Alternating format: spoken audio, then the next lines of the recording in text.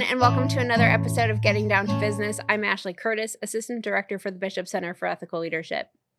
And I'm Jill Brown, Academic and Career Advisor with the Muma College of Business. And we talk a lot on the set about getting involved at USF. And today we have the president of Delta Sigma Pi, and he's going to share the professional business organization and how that can give students an edge in the business environment.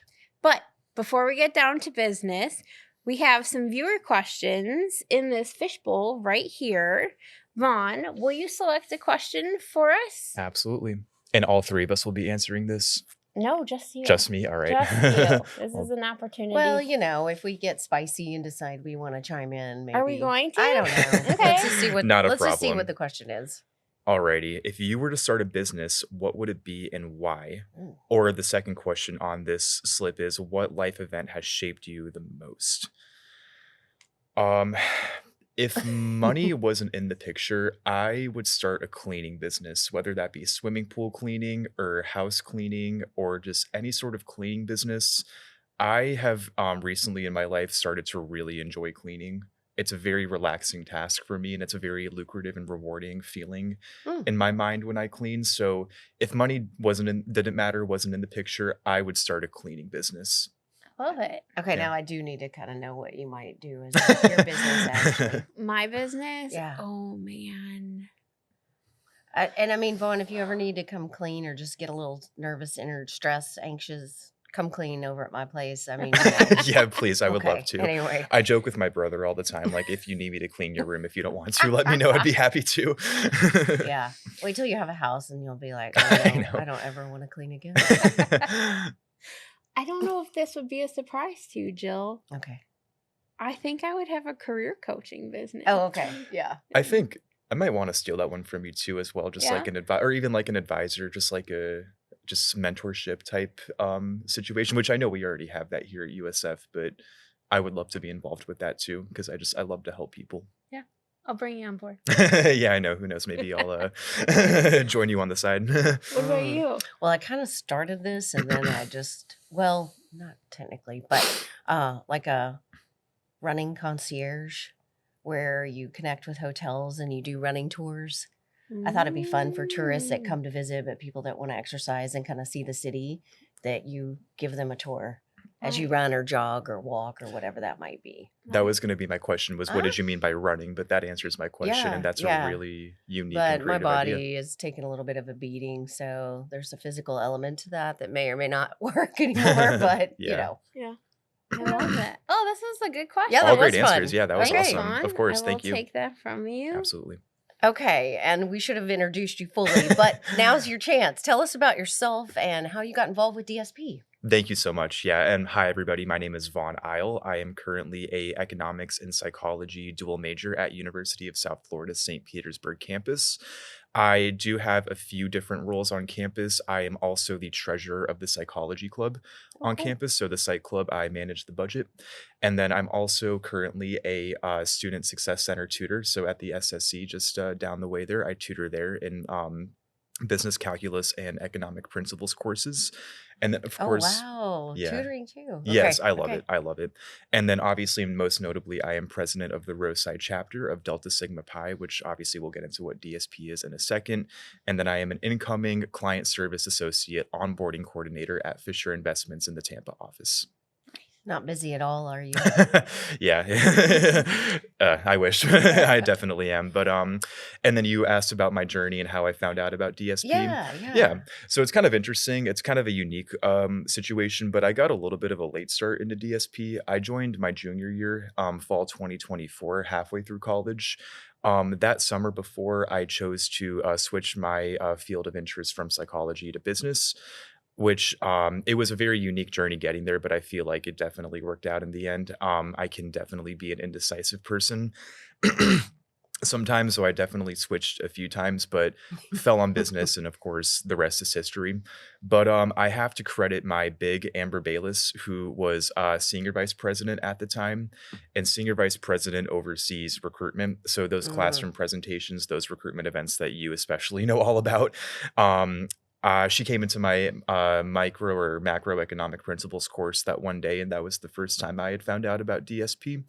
And I made the decision to take that leap and join, and then the rest is history.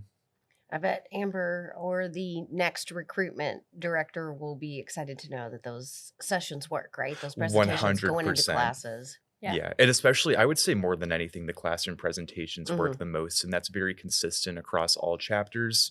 Because if you put on a recruitment event, you only go to that if you want to, but if you're sitting in class, you're there You're anyways. You trapped. you You're have to, right? trapped. It's like you kind of have to listen to it. Yeah. Understood. Yeah. So, for students new to USF, tell us, what is DSP all about? Absolutely. So, Delta Sigma Pi is the world's #1 co-ed professional business fraternity. So, a few key points about DSP that I think really makes us stand out in the crowd. Number one, we are co-ed.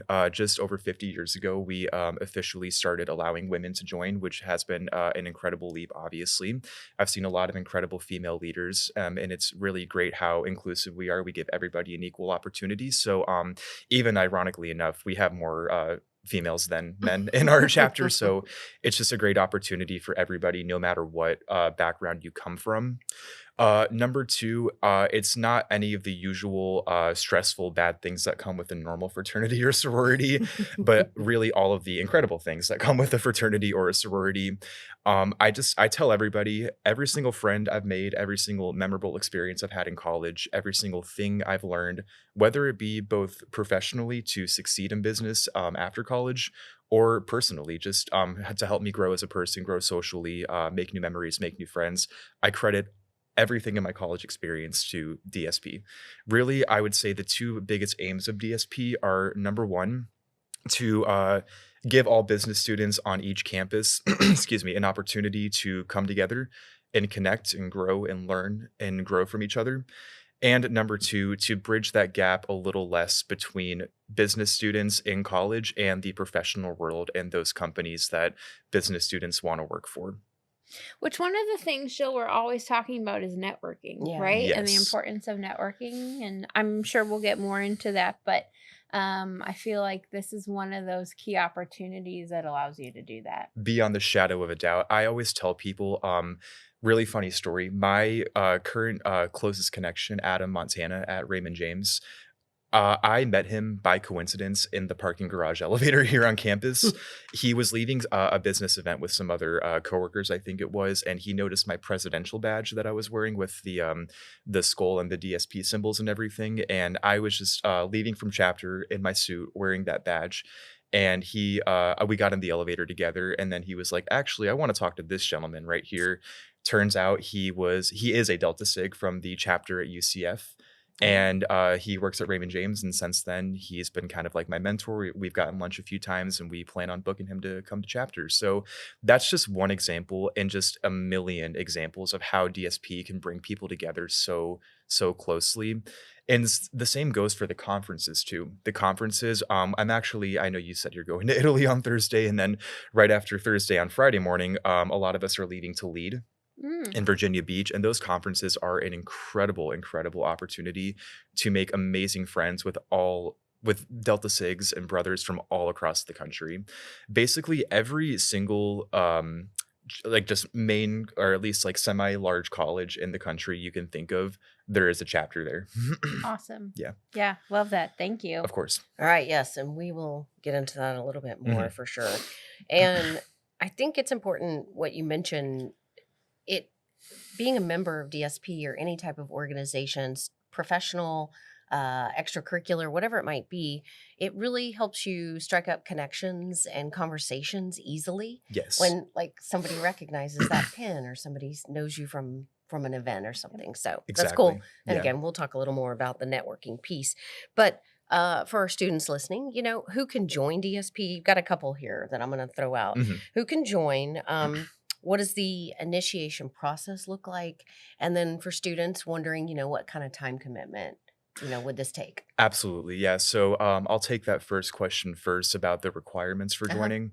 So that will vary slightly by chapter. Each chapter does have the right to kind of make their own requirements a little specific to the chapter. Okay. So, with a few exceptions, of course, but the only minimum requirements for our chapter, the Roadside chapter here at USF St. Pete, number one, just a minimum of a 2.5 GPA. Okay. So we will have our chapter advisor, Mike Sinclair, which obviously you guys know Mike all too Mhm. well, but we'll have him check every single time a prospective brother interviews, Okay. just to be sure that they are still prioritizing their academics. Number two, it's not even really a requirement, but we do prefer that St. Pete is your main home campus because obviously that is a little bit of a drive from Tampa to St. Pete. We definitely have a handful of brothers who live in Tampa and take a few classes at Tampa and still make it here every week and still make it work. But just from my kind of unique experience at this like kind of smaller branch campus, it's definitely better for you if you most of your classes and preferably if you're living here Mhm. near the Yeah. St. Pete campus, just so that way you're not driving back and Yeah. forth all the time. But if you take most of your classes in Tampa, you are still more than welcome to join the Roadside chapter or the Theta Phi chapter at Tampa. Completely up to you. Number three, you have to have at least one more full semester of college. Mm. So if it's this semester right now, you have to be graduating in fall 2025 or sorry, fall 2026 or later. You have to have at least one more full semester of college. Right. Eh, Makes sense so that you yeah, can be initiated and then still be a have member. right, exactly. It would be kind of like Yep. So 2 silly to semesters yeah, basically pretty at much, least. yeah. Okay. Like Okay. including the semester that you're pledging and Right. then one more full semester and then yeah. Okay. And then lastly, which funny, we were just talking about my major right before we started rolling, but a major in the College of Business, the three exceptions to my memory are economics, which that's me, and then communications and advertising, Oh, okay. Okay. which are Awesome. can still kind of Which fall under makes the sense because business they realm. are affiliated. Yeah. Yep. Yeah, and Absolutely. in Tampa we have some combo majors with the advertisings and Yep. yeah. Exactly. Zimmerman. Yeah. Cool. All right. Very. What was the second question? Oh, that's right. Time commitment. Time commitment. Yeah. Well, So and may I didn't Mhm. mean to, but you mentioned like pledge. So for those that may or may not be familiar with that type of language, right? What does it mean? So to pledge and then yeah. so that's your intro semester? Is that what you're by that? Correct. Yeah. Okay. And it's not even a full semester. It's really a 4 to 5 week period Okay. of being a pledge. Okay. This may not be the most like concise definition, but it's like you're still not a brother, but you are pledging to the fraternity. You are in the process of initiating Okay. into being a brother. Mhm. It's like you're pledging to be Mhm. a part of the organization. Okay. Hence the name pledge. And you have some things to handle, tasks Exactly. to take care of before you can be fully inducted into the brotherhood. Exactly. Okay. Right. Making sure I get this language right too. Yeah, for me. absolutely. Which Okay. I think that blends well into the third question of what does the initiation and pledging process look like? So I'll kind of take those two at the same time. But as far as when you are a current brother, and again, these requirements definitely will vary among each no matter like what chapter you're in. But for our chapter, it's a minimum of 2 of each type of events. So it's a minimum of 2 fundraisers, a minimum of 2 community service, a minimum of 2 recruitment events, a minimum of 2 prospect interviews, and then a minimum of 2 professional events. And then beyond the shadow of a doubt, every single chapter meeting every single week is absolutely mandatory unless you have the most urgent and important reason to not come. Okay. So I usually tell new members or prospective brothers, what you put in is what you get out. If you want to just fulfill the minimum requirements and not get involved in the executive committee and just I don't want to say like you don't care, but just like if you have other commitments and you just want to get like the minimum out of DSP, Mhm. as long as you're meeting those minimum requirements and still showing up, perfectly fine with that. If you start to go under those requirements, then it becomes an issue. But just as long as you're still showing professionalism and showing up and contributing to the brotherhood, if you just want to do the bare minimum, you can. Or if you want to join the executive committee, show up to everything, go all the way, maybe get more value out of your time as a brother, that's also your decision to make. Yeah. What would, if someone joined the Brotherhood and wanted to potentially become interested in joining the executive committee, what are some of the things that they could do to demonstrate interest Yeah. to the executive committee to do so? Absolutely. So the way the selection for the executive committee works is every semester we'll have basically an election night. So for every single position, president all the way down to like president's assistant, every single person that or brother that wants that position will give a speech and a presentation and give their campaign essentially, where they'll show my background, why am I qualified, what am I going to bring to this position, and then we'll vote as a chapter. If you're the only one that runs for that position, you do essentially get it by a default. Like there still is a chance that the chapter could vote no and then the president appoints somebody. But for the most part, if you're the only one that runs, you'll get that position. And then after their campaign, they'll step out of the room, we'll give pros and cons. And to kind of answer, I think that goes into your question of like, well, how can they show interest? It really is just like what you've demonstrated, your soft skills, how you've carried yourself, and how you've contributed to the brotherhood throughout the semester before election night that proves to us that you would be that you would be a sufficient fit for the role. Okay. Very good. Yeah. Thank you. And then going back to your question of what does the pledging and initiation process look like? Mhm. So I'll take it from the very beginning of the semester. Usually at our campus, at our chapter, the first thing we'll do every semester is get on board day tabling. And then we'll do that very same week, we'll do the tabling just specific to us in the College of Business, which I think you guys have both seen before when we have our Mhm. table out that first semester, that first week of the semester.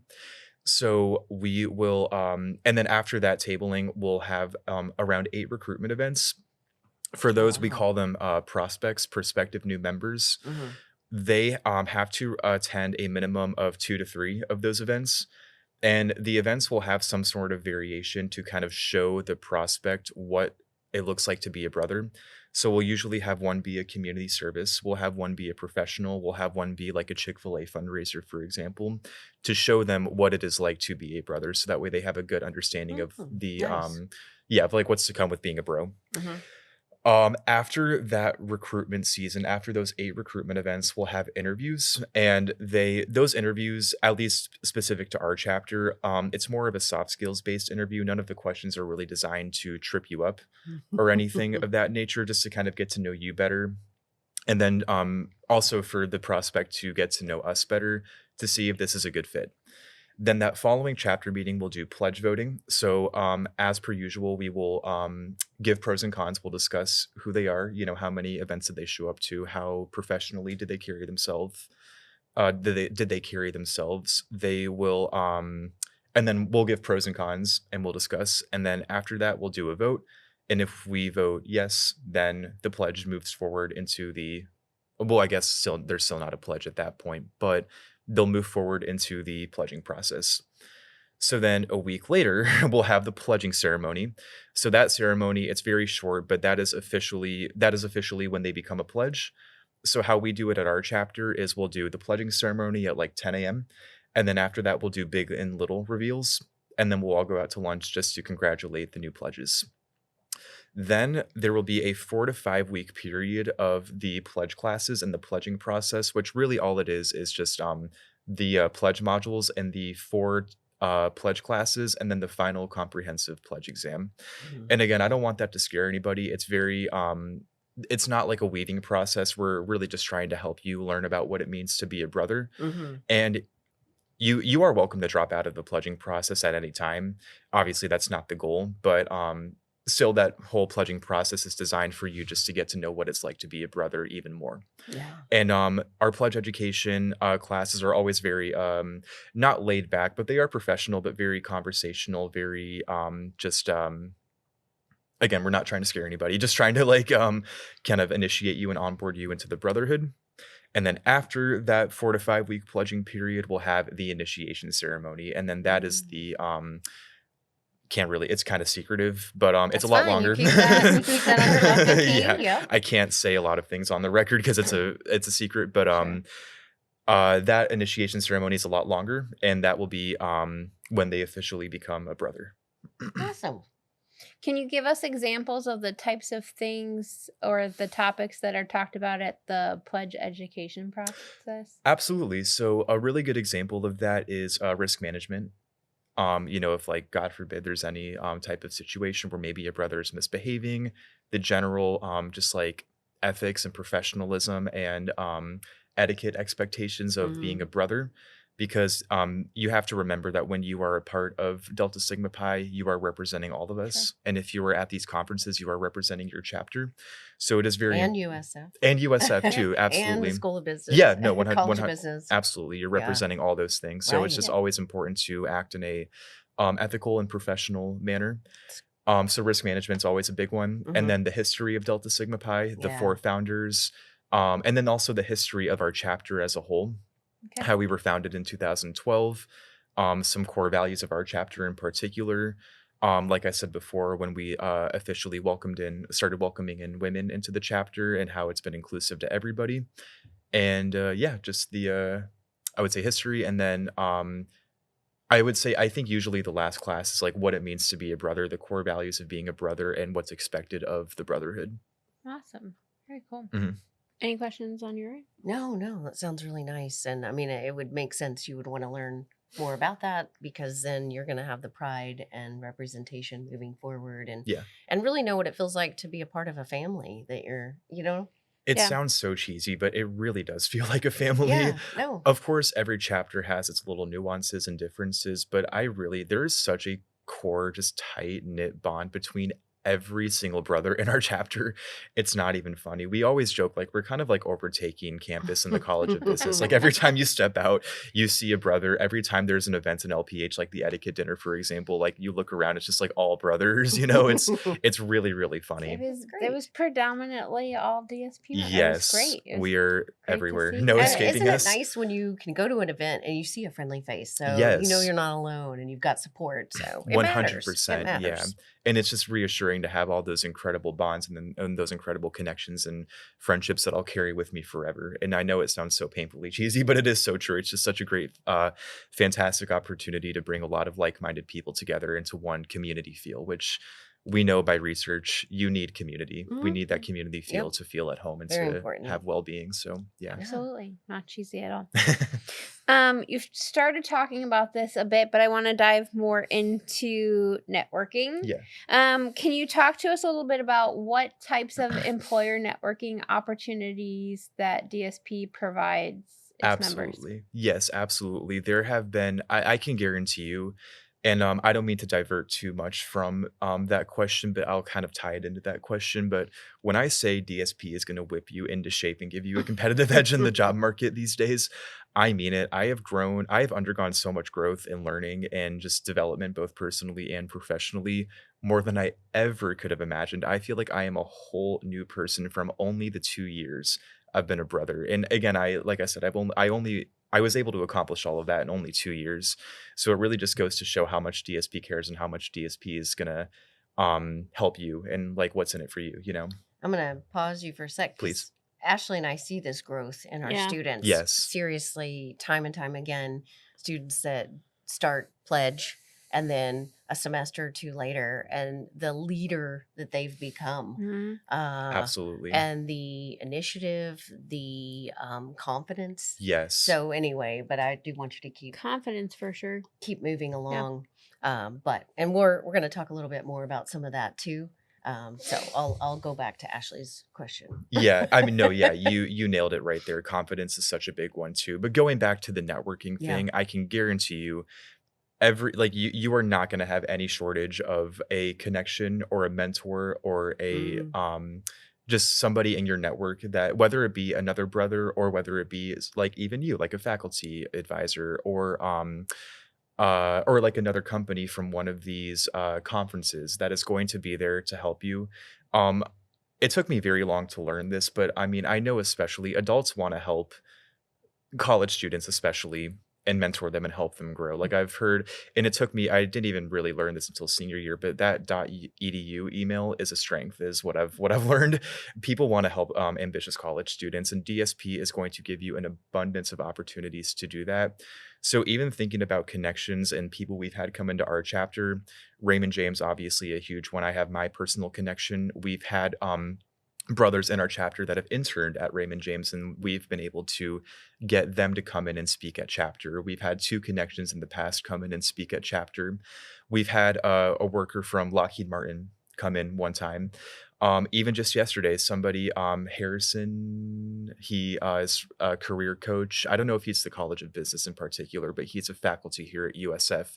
He was emailing me about somebody who's been working in talent acquisition for like 20 plus years and was a employee at Microsoft for around 5 years, who said like, I want to come in and help ambitious students. And he directed him towards me. He emailed my president's email and I said, perfect, give me his connection. We'll bring him in the Yeah, chapter. yeah. So just right off the top of my head, those are just three, I would say, pretty sufficient and pretty incredible examples of how DSP can help you, and the networking and connections that you're going to get to help you nail that interview, nail your resume, and just give you a competitive edge in the job market.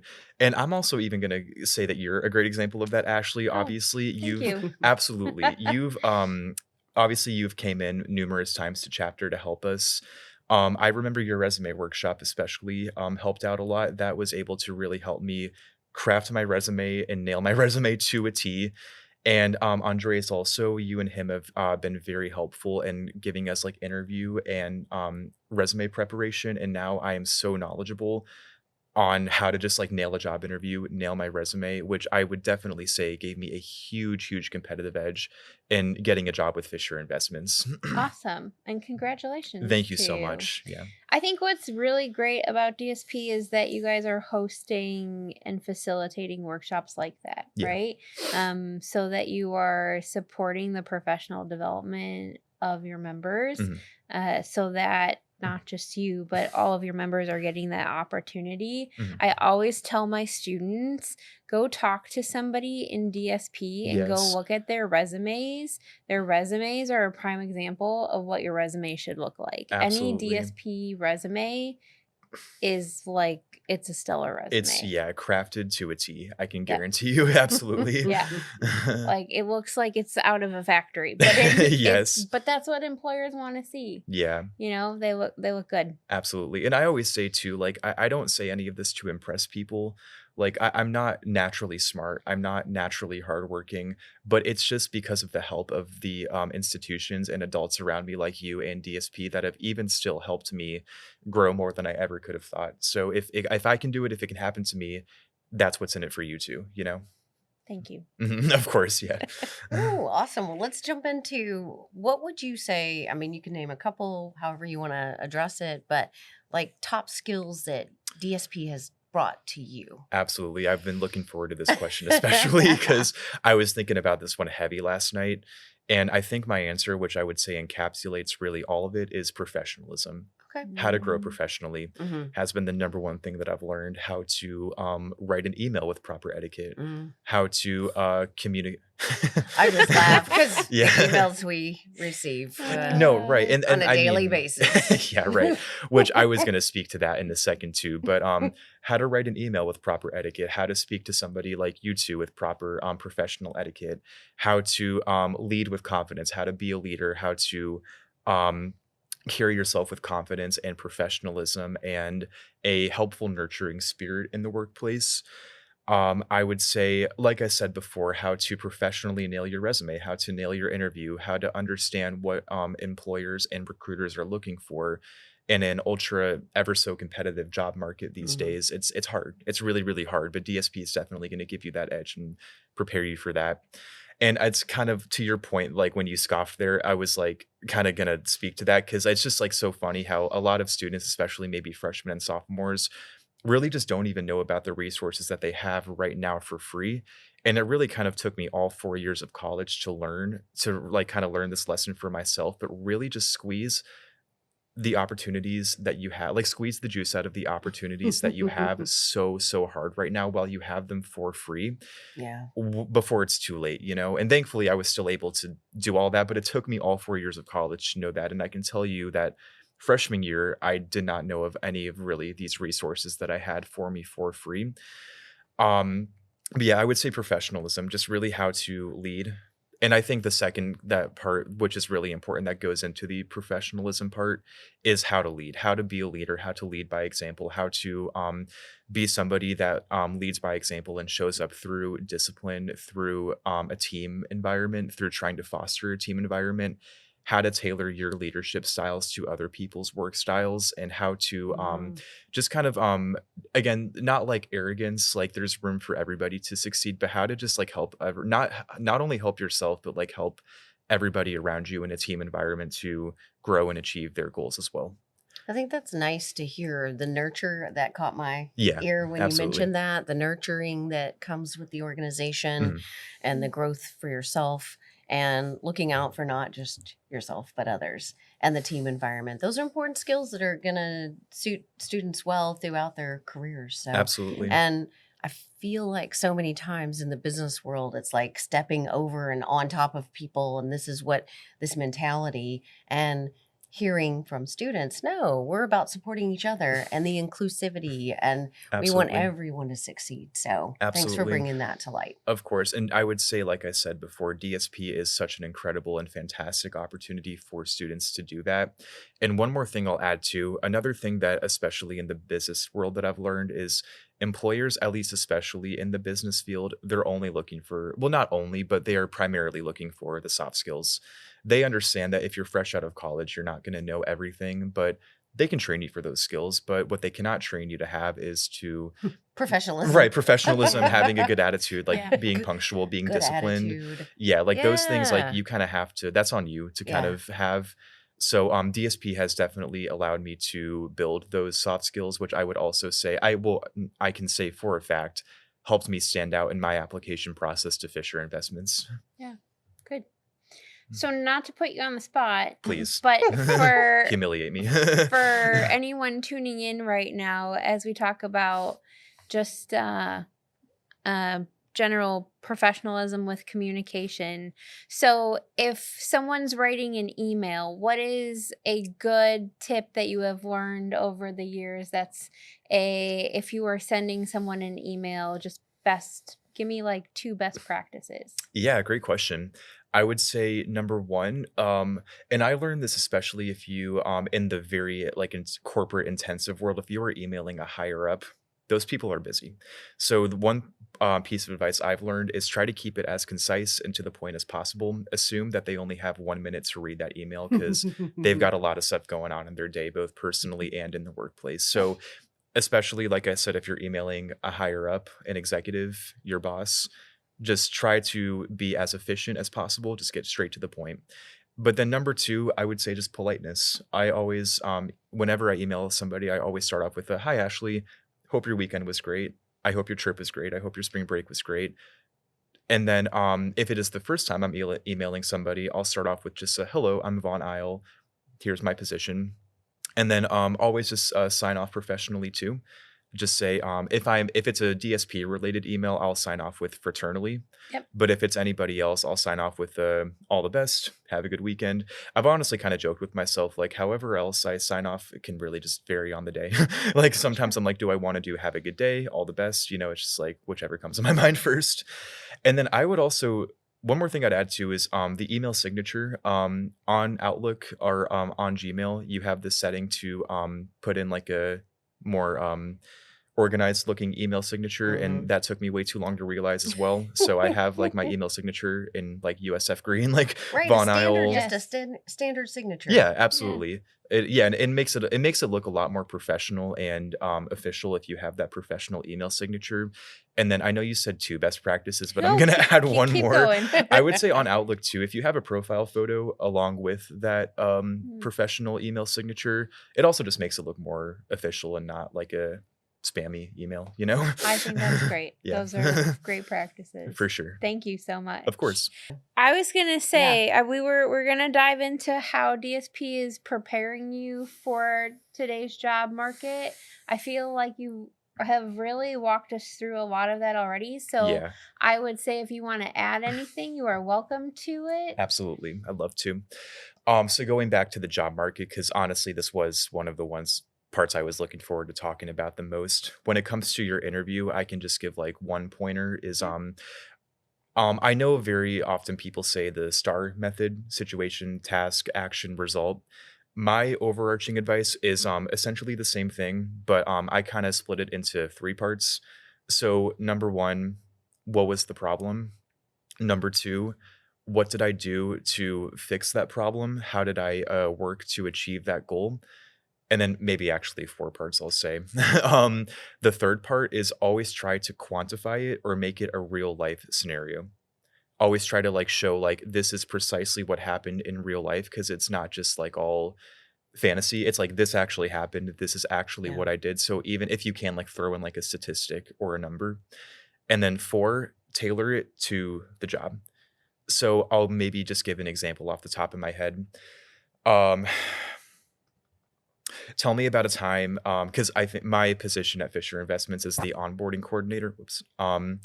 So I talked about my experience as senior vice president. And I think this wasn't a question I got, but it could have been like, tell me about a time you've had to like onboard somebody. So I'll say, as senior vice president, senior SVP focuses on recruitment, so essentially onboarding people. And then I'll say, through putting on those countless classroom presentations, 8 recruitment events, and tabling as well, I was able to onboard those people.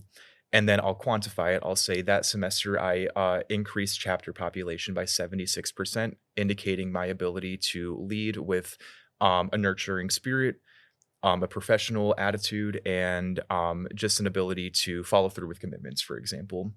And then lastly, I remember during my interview, I said, I know in a role like this at Fisher Investments, you're going to have some clients that might be a little stressed out, might have a lot of questions or a lot of clarifying questions. And my experience as SVP has really prepared me on how to handle situations like that. I know that Nice. was kind of a spitball there, but does that make sense? Just Absolutely. Oh, yeah. what happened in the past? What did you learn from it? How is it going to apply to this job?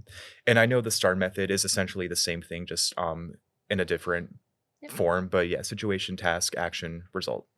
And the quantifying is so Mm-hmm. important. And I think it's so easy, when we're preparing for interviews where people don't want to spend the time thinking about a number. It's easy to be like, oh, do I really have to find how to quantify it? Or we don't know how to put, customer service experience and figuring out how do I translate that into something that works for something like a Raymond James or a Fisher Investments, right? And so taking the time to figure out what does that look like Yeah. can really help you set yourself apart as a candidate. Absolutely. I would say at the very least, I understand that not every situation can be quantified, but even if it can't be quantified, that's okay. Just make it as real as possible. Just make it like this is precisely what happened, precisely what I did.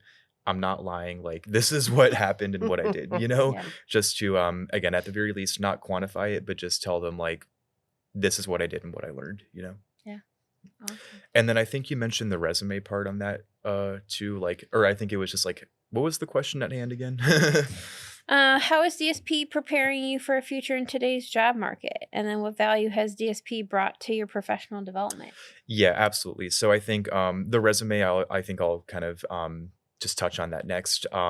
Especially, I can say without reservation, all 3 interviews I had with Fisher Investments, I was able to talk at length about my experience as senior vice president and president, and the skills that I learned, the soft skills and hard skills and professional skills that I learned that will definitely transfer over into the workplace.